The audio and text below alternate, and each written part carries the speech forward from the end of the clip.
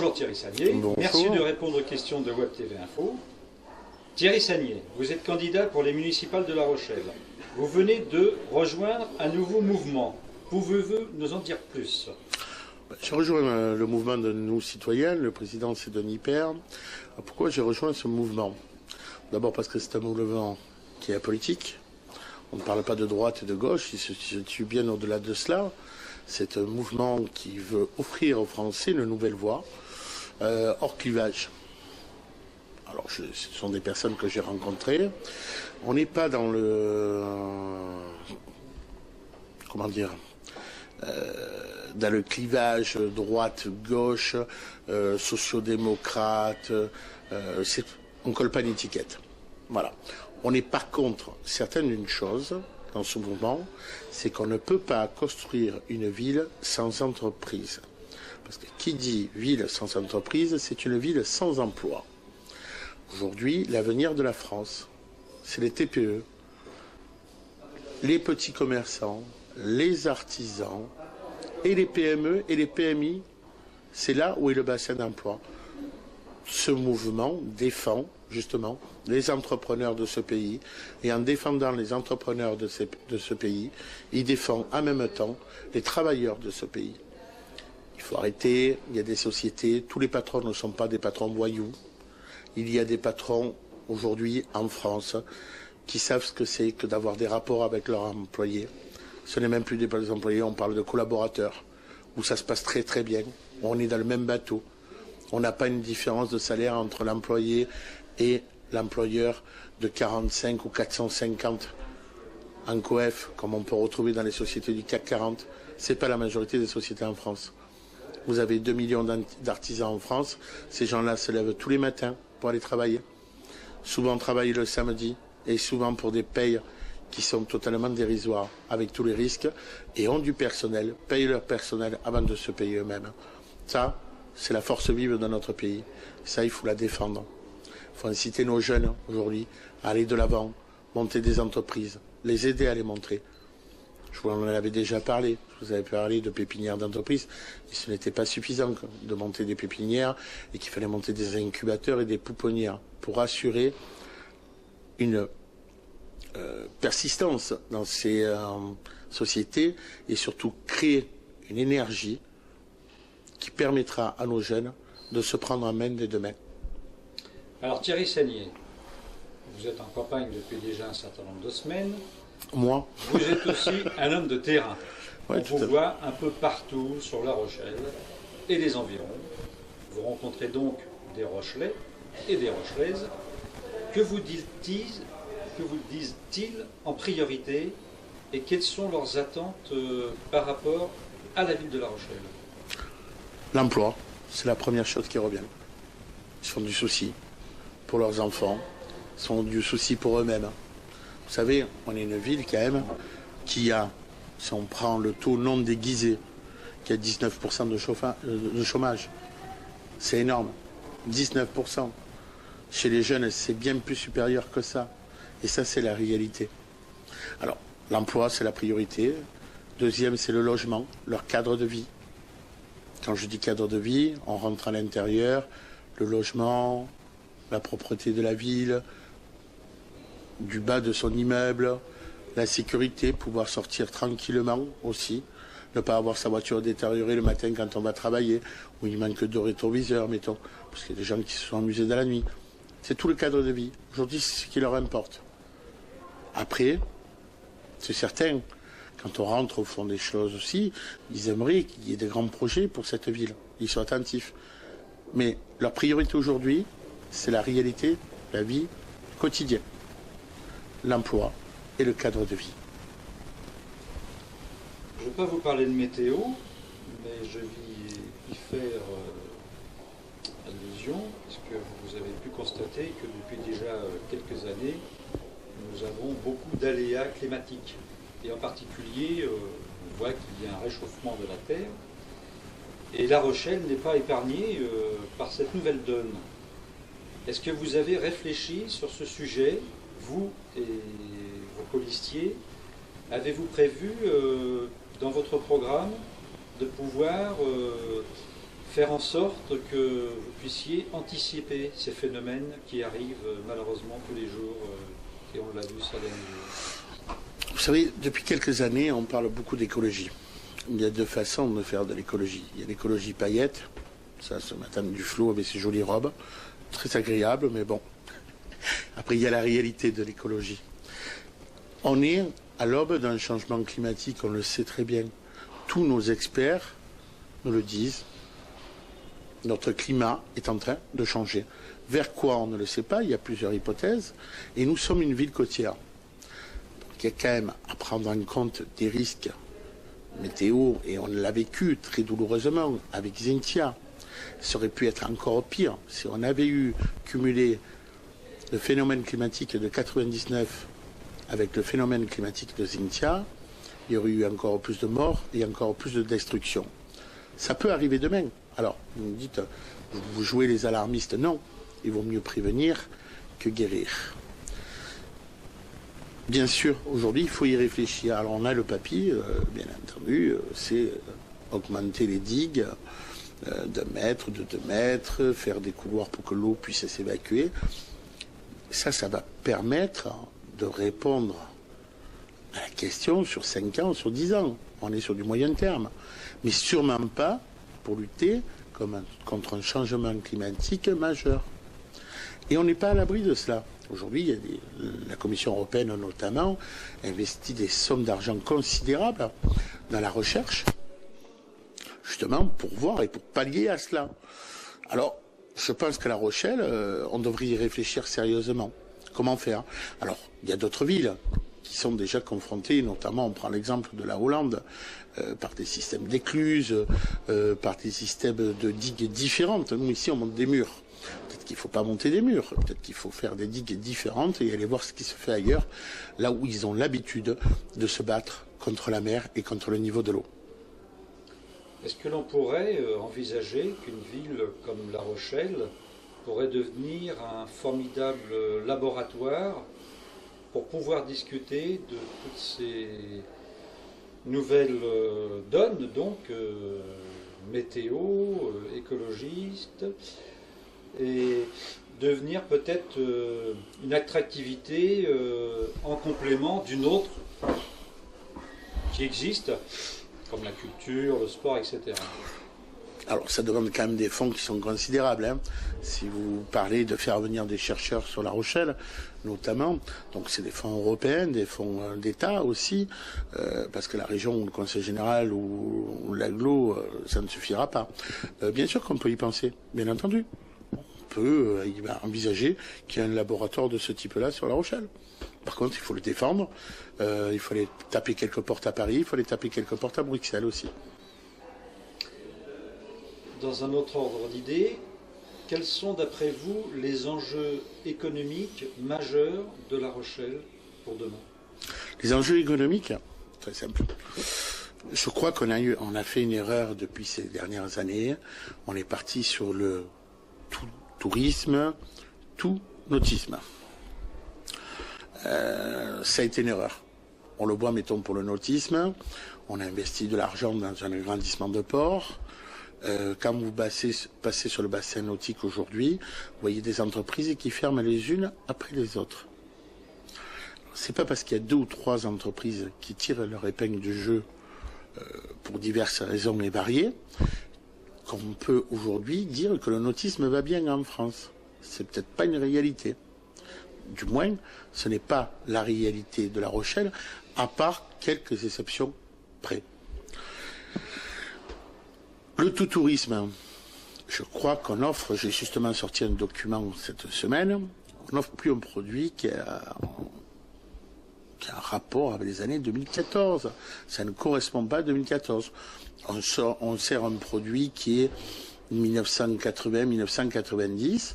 Aujourd'hui, les gens et les clients et les touristes sont de plus en plus exigeants. Quel touriste on veut aussi? Quelle forme de tourisme on veut? Est-ce qu'on veut un tourisme de masse? Est-ce qu'on veut un tourisme un peu financièrement un peu plus aisé? Est-ce qu'on veut faire une mixité de tous ces touristes? Parce que c'est aussi possible de le faire. Mais en tout cas, il faut se poser la question et il faut toujours prendre en compte une chose, c'est que veulent les touristes, qu'est-ce qu'on a en place pour satisfaire leurs exigences. C'est pas très compliqué, hein. Voilà. Mais par contre, il suffit de le faire. Le tourisme de plein air, mettons, sur La Rochelle, est totalement sinistré. Vous avez un camping qui ouvre 3-4 mois de l'année, qui est le camping qui est au minimum, où il y a très peu de place, c'est très petit, très bien tenu, hein. Je ne me permettrai pas de dire qu'il est mal tenu, parce que ce n'est pas vrai. Il est très bien tenu. Simplement, il ouvre sur une courte période. Et vous avez le deuxième camping qui se trouve à Port-Neuf, dans une zone qui est pas, enfin, qui fait pas rêver. On ne vient pas dans cet endroit-là pour passer des vacances. C'est pas possible, ce n'est pas vrai. Donc aujourd'hui, il faut revoir ce tourisme-là, surtout à Présentia, ou sur Étré, Châtelaillon, dans ces endroits, ou Angoulême, des places de camping ont disparu, parce qu'on est sur des zones noires. Je crois que c'est 400 places qui ont disparu. Ce sont des nuitées, ça, tout cela. Donc, essayons La Rochelle de récupérer un petit peu. On est sur aujourd'hui l'étude d'un camping dans un emplacement qui correspondrait mieux aux attentes d'un touriste de plein air sur La Rochelle. De même façon, le tourisme plus aisé, on a une friche commerciale aujourd'hui, et on sait la polémique de l'Arlésienne de La Rochelle, qui est ce fameux hôtel 5 étoiles. On n'en voit pas la fin. Aujourd'hui, la loi a changé. Bon, je dis tout simplement aux personnes qui font des recours en permanence, je comprends qu'on puisse être des acharnés, mais s'acharner de cette façon-là, je trouve que c'est un petit peu exagéré. Alors, aujourd'hui, la loi nous permet d'intenter une procédure pour recours abusif.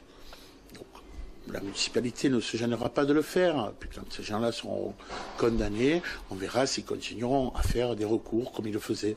Voilà. Parce que quand même, l'hôtel, alors je ne sais pas si c'est... Après, c'est la réflexion, il fallait l'avoir avant. Hein, mais on a donné un permis de construire. Ok. Personnellement, j'aurais voulu quelque chose qui soit architecturalement, qui mette plus en valeur la proximité de la tour Saint-Nicolas. Personnellement, du type le conseil général que nous trouvons sur le département Pyrénées-Atlantiques, où par reflet vous avez le château d'Henri IV derrière. Voilà, ce genre de choses, on aurait pu voir. Bon, c'est esthétique après, c'est architectural. Par contre, c'est 92 emplois. Ça, c'est une réalité. Aujourd'hui, La Rochelle a besoin d'une chose. C'est une proposition phare de toutes les propositions que nous faisons, bien sûr, pour gérer la ville, c'est d'inscrire cette ville au patrimoine universel de l'UNESCO. Alors, vous dites, c'est qu'une grande phrase. Oui, mais il faut bien commencer un jour, quand même. Il faut bien prendre la décision. Alors, on ne va pas se comparer ce qui n'est pas comparable, c'est-à-dire à Bordeaux, mettons. On va se comparer à une ville de taille plus moyenne, qui est Albi, d'accord, qui est une ville, je crois, de 49 000 habitants, pratiquement 50 000, qui a un patrimoine qui est aussi important que celui de La Rochelle, avec Toulouse-Lautrec, leur magnifique cathédrale de briques. On a un patrimoine à La Rochelle qui est équivalent et même supérieur, peut-être, on ne peut pas se comparer, à Albi. Par contre, il faut avoir la démarche. On a un diamant brut dans les mains. À nous de tailler ce diamant. Inscrire cette ville au patrimoine UNESCO, c'est pas que la mairie qui doit avoir une démarche, c'est tout, ce sont les habitants, c'est à travers des associations, tout le monde doit mettre la main à la pâte pour l'inscrire. Ça nous ramène quoi? 30% de touristes de plus à l'année, et pas n'importe quel touriste. Du touriste qui n'existe pas aujourd'hui à La Rochelle, c'est-à-dire du touriste qui vient au mois d'octobre, du touriste qui vient au mois de novembre, du tourisme qui vient au mois de décembre, au mois de janvier, au mois de février. Et un touriste qui a de fortes capacités financières.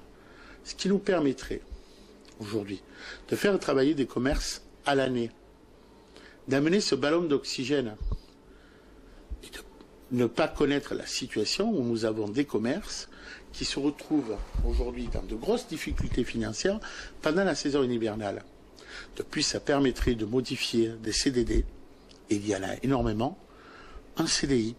Alors, on ne peut pas dire, mettons du CHR, l'hôtellerie, la restauration, mais je pense aussi au commerce. Parce que ces clients, on le sait, sont souvent des clients qui viennent du continent asiatique, des clients qui viennent de l'Est, des familles qui viennent ici pour visiter un patrimoine. C'est pas la clientèle du tout qui vient ici pour s'enivrer comme on peut voir à Saint-Tropez à les bouteilles de champagne. Non, c'est les gens qui sont en visite de patrimoine. C'est un touriste qui est agréable, qui est facile à gérer et qui serait très bien pour La Rochelle. 30% de touristes en plus. Aujourd'hui, il est difficile de calculer des devises en plus qu'on pourrait rentrer sur notre ville, mais je pense que ça serait énorme. Ça, c'est une vraie richesse. Exploitons à La Rochelle le patrimoine qui est en train de dormir.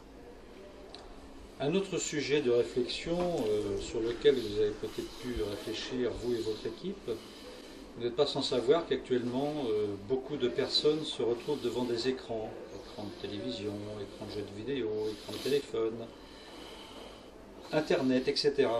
Avez-vous réfléchi sur cet état de fait, je vais dire? Et si oui, comment vous voyez les choses pour peut-être développer d'une autre manière Internet en particulier? Vous savez, c'est difficile de lutter contre Internet qui a changé notre vie profondément dans les 10 dernières années. Hein. Réellement, tout le monde s'y est mis. Les personnes âgées, les jeunes, on n'en parle même pas, mais même les personnes âgées se sont mis sur Internet. Aujourd'hui, c'est quand même, il va falloir vivre avec, il va falloir apprendre à vivre avec, et c'est faire partie comme la voiture, comme le téléphone, comme tout de notre vie. Par contre, vous avez raison, ça pose un problème, c'est que les gens s'enferment de plus en plus dans une vie virtuelle, s'enferment chez eux, on est en train de tuer petit à petit le lien social, puisque c'est un lien social qui est remplacé par un lien social virtuel. Voilà. On le voit avec Facebook, on le voit, mais bon, moi je crois qu'il ne faut pas en avoir peur aussi. Hein. Vous savez, Facebook, les jeunes sont en train de le bouder.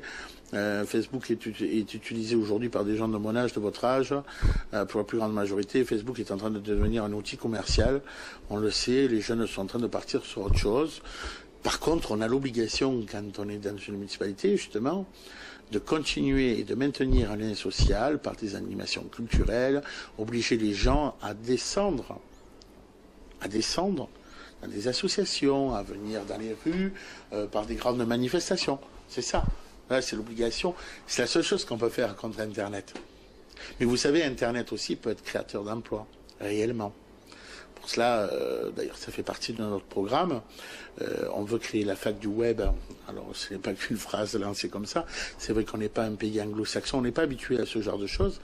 Mais cette création-là, dont notamment avec nos citoyens, où le président national pourrait en parler encore plus aisément que moi, puisqu'il avait des entreprises dans les nouvelles technologies et avec une réussite qu'on ne peut pas lui contester. Voilà. Il est clair que l'avenir est là-dedans, autant aussi que La Rochelle en profite un petit peu. Avant de conclure cet entretien, avez-vous un sujet sur lequel vous avez envie de vous exprimer, en particulier? Transport en commun. Alors on le gardait pour le mois de mars, on va s'exprimer auprès des Rochelais. Aujourd'hui, il faut avoir une grande réflexion là-dessus. Qu'est-ce que c'est qu'un transport en commun? Pour moi, c'est un service public qui doit être au service du public. On parle d'écologie en permanence, tout le monde en parle, il ne suffit pas d'en parler, il faut y réfléchir, comment on voit la voiture, comment remplacer la voiture. Aujourd'hui, pour remplacer la voiture, il faut inciter les gens à prendre les transports en commun.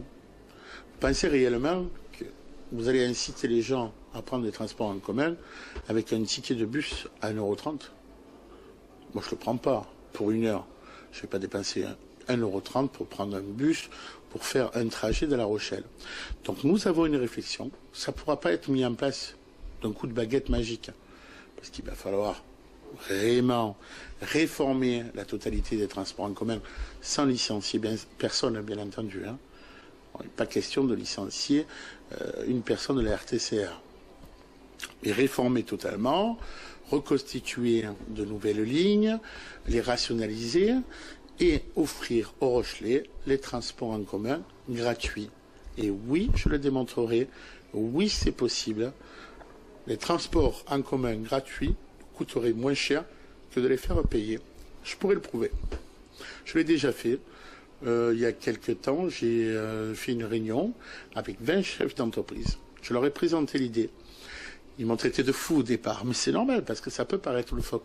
Et je leur ai fait une démonstration avec un papier, ils avaient leur papier, je leur ai donné les chiffres, hein, on a calculé ensemble, et à la fin, ils en sont arrivés au même constat que moi. Ça coûte beaucoup moins cher. Après, il faut comparer ce qui est comparable. On ne peut pas prendre le système de bus actuel et dire on le rend gratuit. Là, c'est pas possible. Ça ne marche pas. C'est pas comme ça que ça marche. C'est un peu plus compliqué que ça. Il faut compter 2 ans pour le mettre en place. Et c'est quelque chose qui doit être bien réfléchi, bien étudié. Mais à partir de là, on revient dans une notion de service public. Thierry Sagnier, nous sommes le 14 février. Auriez-vous un message à adresser à tous les amoureux qui habitent La Rochelle? Bonne Saint-Valentin d'abord, hein, et essayez d'aimer au maximum votre compagne, votre compagnon, et soyez aussi heureux que moi, que je le suis avec mon épouse. Voilà. Merci Thierry Sagnier d'avoir répondu à nos questions. Merci, au revoir.